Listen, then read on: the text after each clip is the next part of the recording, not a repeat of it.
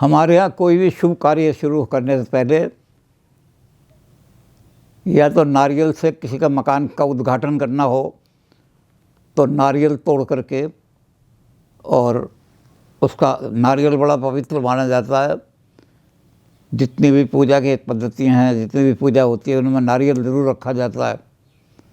और फिर नारियल को सुहागवती की गोद में डाला जाता है, किसी विधवा को नहीं दिया जाता, तो बड़ा पवित्र होता है। जब किसी मकान का या दुकान का कोई उद्घाटन कराना हो तो उसमें डबल काम हो जाता है। फीता तो उसमें लगा दिया जो पाश्चात्य पद्धति है, और उस फीते को काटने से पहले कह दिया नारियल फोड़ करके इसका पानी फीते के पास डाल करके फिर फीते को काटो, लेकिन नारियल ज़रूर पाया जाता है। बाकी जो मकान बनवाते, मकान वगैरह जो बनते हैं, उनके लिए बाकायदा हवन होता है उसमें। अब उस हवन में सबसे बड़ी चीज़ ये है, तो चार आहुति वास्तुदेव की होती है।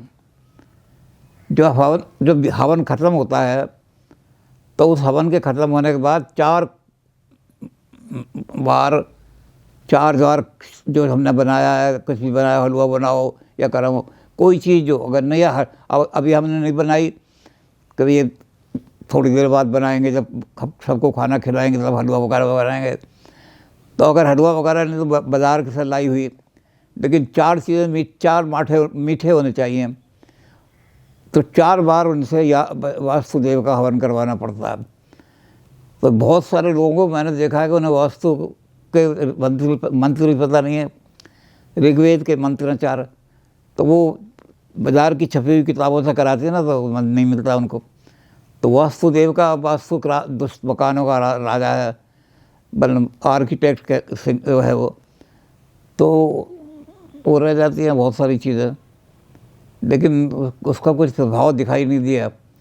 जैसे ये है कि दक्षिण की दिशा में मकान का मुंह नहीं होना चाहिए, लेकिन आप दिल्ली में जाएंगे तो मकान जो बने हुए हैं पैरेलल इधर बने हुए हैं, सड़क के इधर बने हुए हैं। दिल्ली से और वहाँ तक को सड़क, शाहजहाँ को जो सड़क जाती है, इधर दिल्ली से जाती है न्यू मार्केट, नई उसमें सड़क बन जाती है।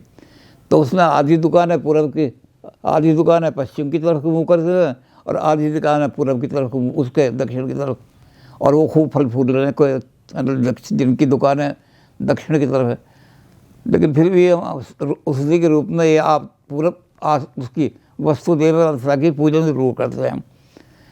तो मैं समझता हूँ कम से कम 80% ब्राह्मण ऐसे हैं जो जानते ही नहीं वास्तुदेव के मंत्र।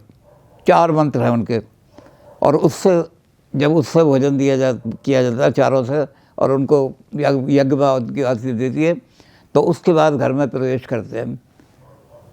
तो ये एक घर हमारा पवित्र रहे, इस पर देवों की कृपा रहे, इसके लिए पहले पवित्र करके हवन करना पड़ता है। और हवन में एक मंत्र ही होता है, भूत प्रेत शाकनी डाकनी कोई भी इस मकान में हो तो वो भगवान शंकर की आन है, यहाँ से निकल के छोड़ के चला जाए। अब सर्वपंतु में ये है कि सर्व देवता को सभी हमारी प्रार्थना करते हैं कि अगर इस मकान में कोई सर्व देवता वगैरह रहते हो तो भगवान शंकर की आज्ञा से इस मकान को छोड़ के चले जाएं। तो ये चीज़ें बहुत ज़रूरी है मकान में देने के लिए। और इसी तरह फिर रक्षा सूत्र होता है, हमारी पूर्व में कौन रक्षा करे, हमारे पश्चिम में कौन रक्षा करे हमारे। तो इस 10 दिशाओं में रक्षा करने के लिए मंत्र दिलाए जाते हैं। वो ज़्यादातर देवी भागवत से लेते हैं, सारे मंत्र ज़्यादा हैं। तो इसलिए सुनाए जाते हैं कि देवताओं की रक्षा हमें प्राप्त हो। इस मकान में हम प्रवेश करने जा रहे हैं, मान लो इसमें कोई भूत प्रेत ऐसा हो, कोई आदमी पहले कहीं मर गया हो तो, या उसकी कब्र बनी हो, कुछ हो, पता नहीं, हो सकता है क्या हो। तो इसलिए उन्होंने सब ये कर दिया कि हवन में भूत प्रेत का जो है वो सब उनकी भगवान शंकर की आज्ञा से सब इस मकान को छोड़ दे तुरंत। और वो जल जो होता है वो भी सारे मकान में छिड़क देते हैं।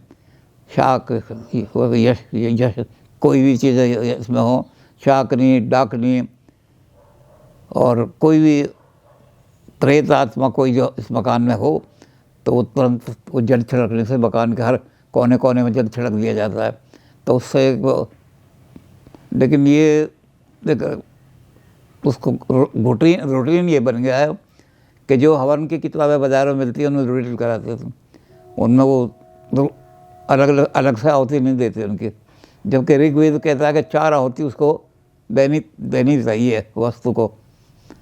तो वास्तु देव तो रह जाते हैं अगर चंदाराज होता चले तो सारे तो ये पवित्र काम हो, हमारे घर में सब काम पवित्र हो, उसके लिए धार्मिक कर्म किया जाता है। धार्मिक कर्म यही है कि मकान में यज्ञ करो, मकान में हवन करो, और मकान में जो मकान का देवता है वास्तुदेव उसको प्रसन्न करो, उसके लिए हवन में आरती दो। वह एक चीज़ और है जो बिल्कुल ही जब हम पढ़ते हैं धर्म सिंधु पढ़ते हैं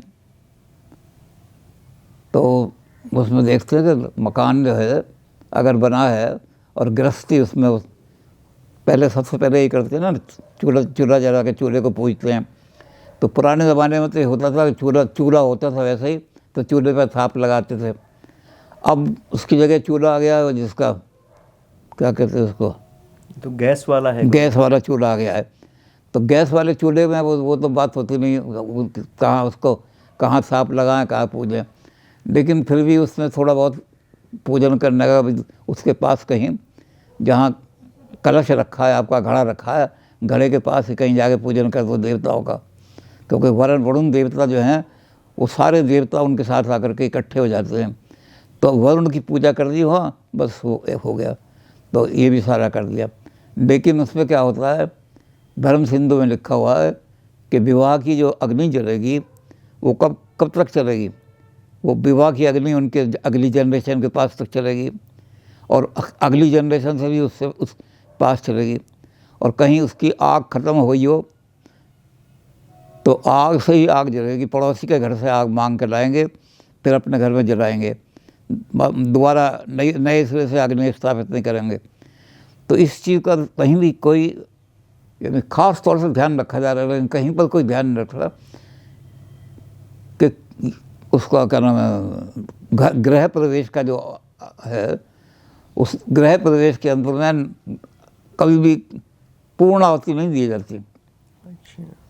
क्योंकि वो पूर्ण आहुति नहीं है, दैहिक वो जब तक उनका वंश चलेगा चलाएंगे सर। तो गृह अग्नि स्थापित हो गई तो ये स्थापन कभी न कब होगा जब उनके ख़ानदान में कोई न रहे। अब यहाँ सारे ब्राह्मण उन्होंने बना कर दिया है।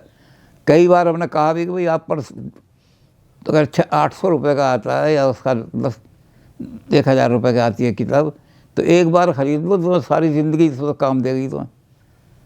तो एक ब्राह्मण है उन्होंने खरीद रखी है वो निर्णय सिंधु, जो बहुत, तो निर्णय सिंधु में सारे दिए हुए हैं कि विवाह में भी पूर्ण आहुति नहीं दी जाएगी, क्योंकि विवाह पूर्ण थोड़ी होता है, उसी दिन शुरू हुआ है। तो इसलिए, और बस यह विवाह वन में भी कई लोग जानते हैं इस बात को कि विवाह वन में पूर्ण आहुति नहीं देनी चाहिए। लेकिन वैसी जो किताब पढ़ के कोई किताब उठा रहा है कर दिया विवाह का, तो वो जो है वो जाते हैं वो आहुति वो पूर्ण आहुति भी दिलवा देते हैं यज्ञ में कि यज्ञ वहीं गृहस्थी पूर्ण हो गई तुम्हारी गई। तो पूर्ण आहुति नहीं देनी चाहिए विवाह के गृह प्रवेश में।